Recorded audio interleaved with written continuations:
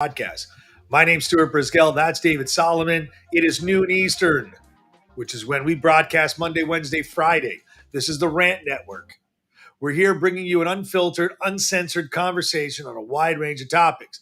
Clearly, it's been 100%, consumed with since October 7th. What nonsense and insanity has been going on in the world, specifically with Israel. And with the double-sided, venomous tongues that exist. So sit back, relax, and enjoy as David's going to hit this one head on. And I'm not going to start with a monologue. David.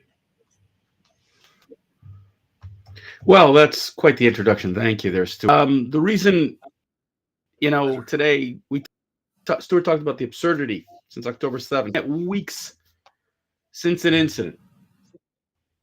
And so the question becomes then, what happened on October the 7th?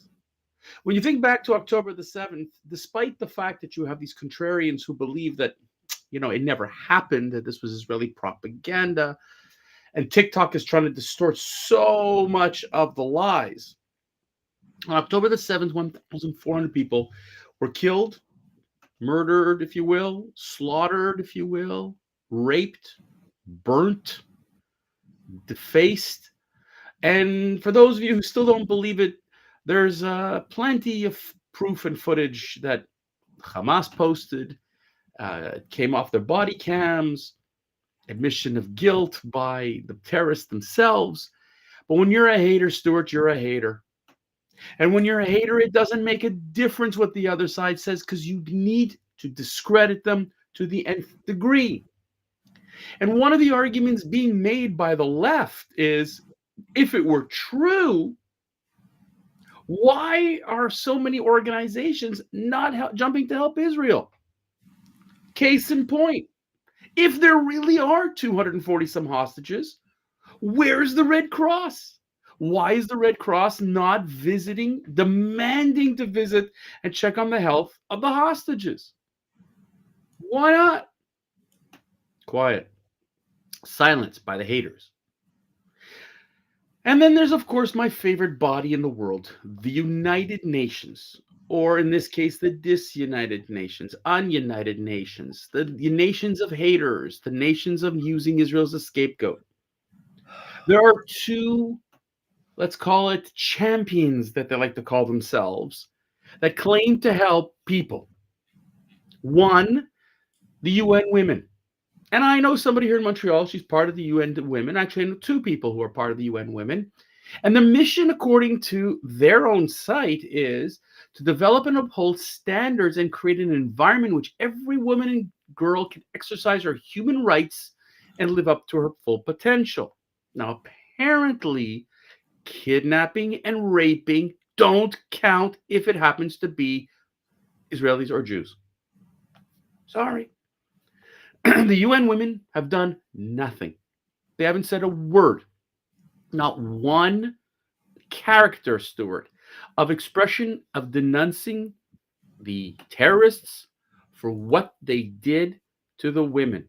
And if you hear what happened, even CNN, Jake Tapper, did a full report on this, on the level not only of disgust and how they raped, molested, tortured women, but the glee that they took and the pleasure that they took in doing so.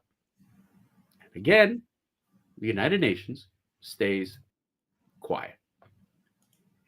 Well, Stuart, today is UNICEF Day, right? And as a kid, you remember when at Christmas time, it was all about raising money for UNICEF. Why? Because it was about protecting children, meeting their basic needs, expanding their opportunities, reaching their full potential, just like the women. But the idea of UNICEF was to protect children, babies, toddlers, kids were killed, kidnapped, murdered, tortured. I mean, there's a baby born in captivity already, as we said last week. And yet, UNICEF stays quiet. The United Nations, the cesspool of nations that are there, continue to show their hate towards Israel. Their need to discredit the only democracy in the Middle East. Their need to destroy one beacon of hope in the Middle East. And instead, what the world wants to focus on, I should say the world, it's not fair because there are many who are realizing finally that what Hamas did is beyond deplorable and that the world sits silent. And there are many, not just on the right, but Christians, some Muslims, others who are saying this is wrong. This is wrong. And yet, the United Nations cesspool, the Red Cross, Good. all these lefty organizations, worry? I was good. I was saying you left one of the juiciest ones out. The Red Cross there for every single incident that I've ever heard of, except this one. Very absent, very absent. And you know what? Believe it or not, from a very, very good source, got called out by Al Jazeera Network as well. I mean, listen, David, it's repugnant. It is repugnant. It's at the point where it is so clear and obvious. Your very quiet demeanor that you're projecting today, holding back that gross amount of emotion on how stupid and how racist and how one-sided this is. I'm applauding you, David. Because Stuart, I got to tell you, it's worth, but it's not about restraint. It's not about restraint. We have an entire generation now. We're trying to say here, Stuart, look at this. Your kids and my kids and older than that, they've discovered, oh my God, you know what? We didn't educate the kids right. They don't know history. They don't understand. 9/11 to them they had no idea what 9/11 was.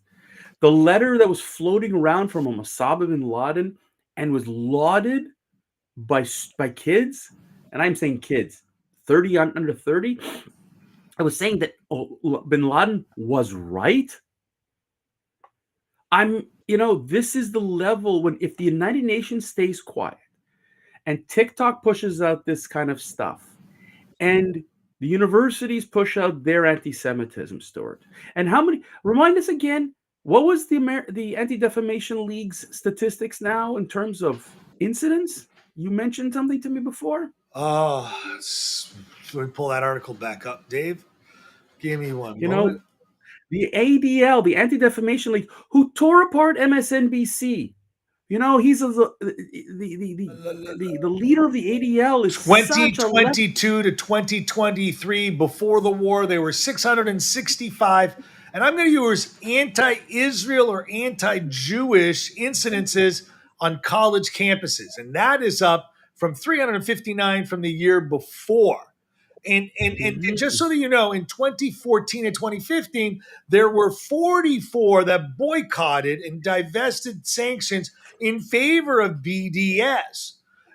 Again, when you talk about educating our children, it's the lawyers that represent these colleges that have actually caused more of these problems than probably the academic coordinators on campuses, because the lawyers should know the freedom of speech is not the right to have this vitriol hate.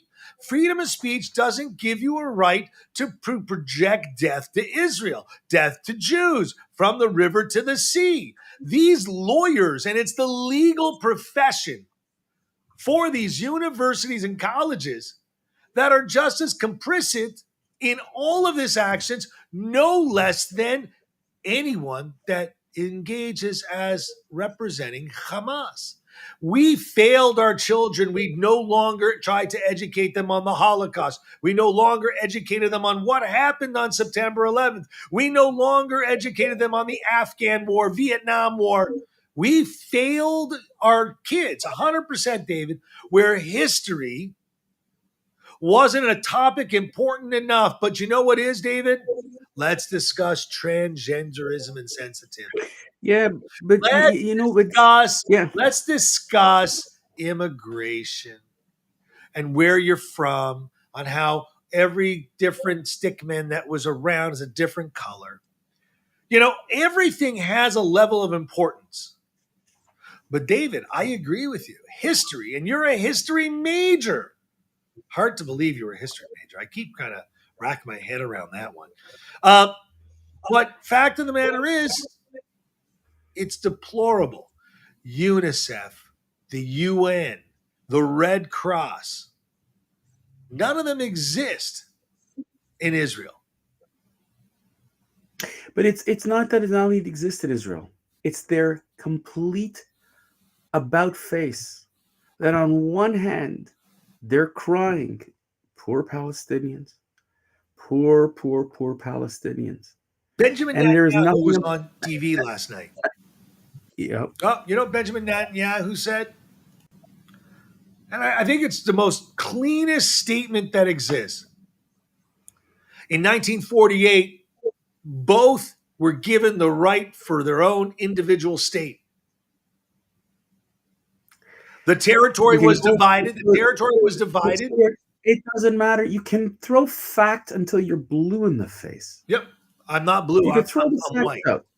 You can throw the facts out until you're green. It doesn't make a difference. Stuart, what's happened here today is what you have, and I'm saying this is the complicity. If the Pope has to stand up and say there should be peace, and when we continue to put an eye, I met somebody over the weekend and we talked about Ukraine, and they're like, how come nobody talks about Ukraine anymore? I say, because Jews aren't killing Russians, and Russians there's like no Jews are involved here to kill. So if that's the case, let's go focus on, the Palestinians. There's such a disproportionate attention. It's extraordinary. And the United Nations, the Red Cross, and all these groups who claim to be doing good for the world, who turn their backs on Israel, have proven time and time again that it's not about doing what's right. It's doing what they think is right for themselves, and more so to push this left-leaning hate. That still believe that there are only two types of people in the world: those that oppress and those that are oppressed. And it only matters when it's Jew against Arab or Muslim. That's what matters, because you have a megalomaniac in Putin just trying to destroy Ukraine. Let's not talk about it. You've got war in Sudan. Let's not talk about it. Let's not talk about what's going on in Pakistan, in Afghanistan. Nope. When we can blame the Jew and use centuries-old hate, let's do it.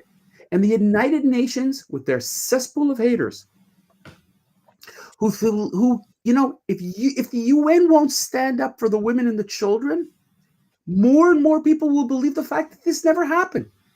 That October 7th was a figment of our imagination. That's the most disgusting thing. The United Nations, I'll say it again, if the United Nations says nothing about October the 7th, people will believe it never happened.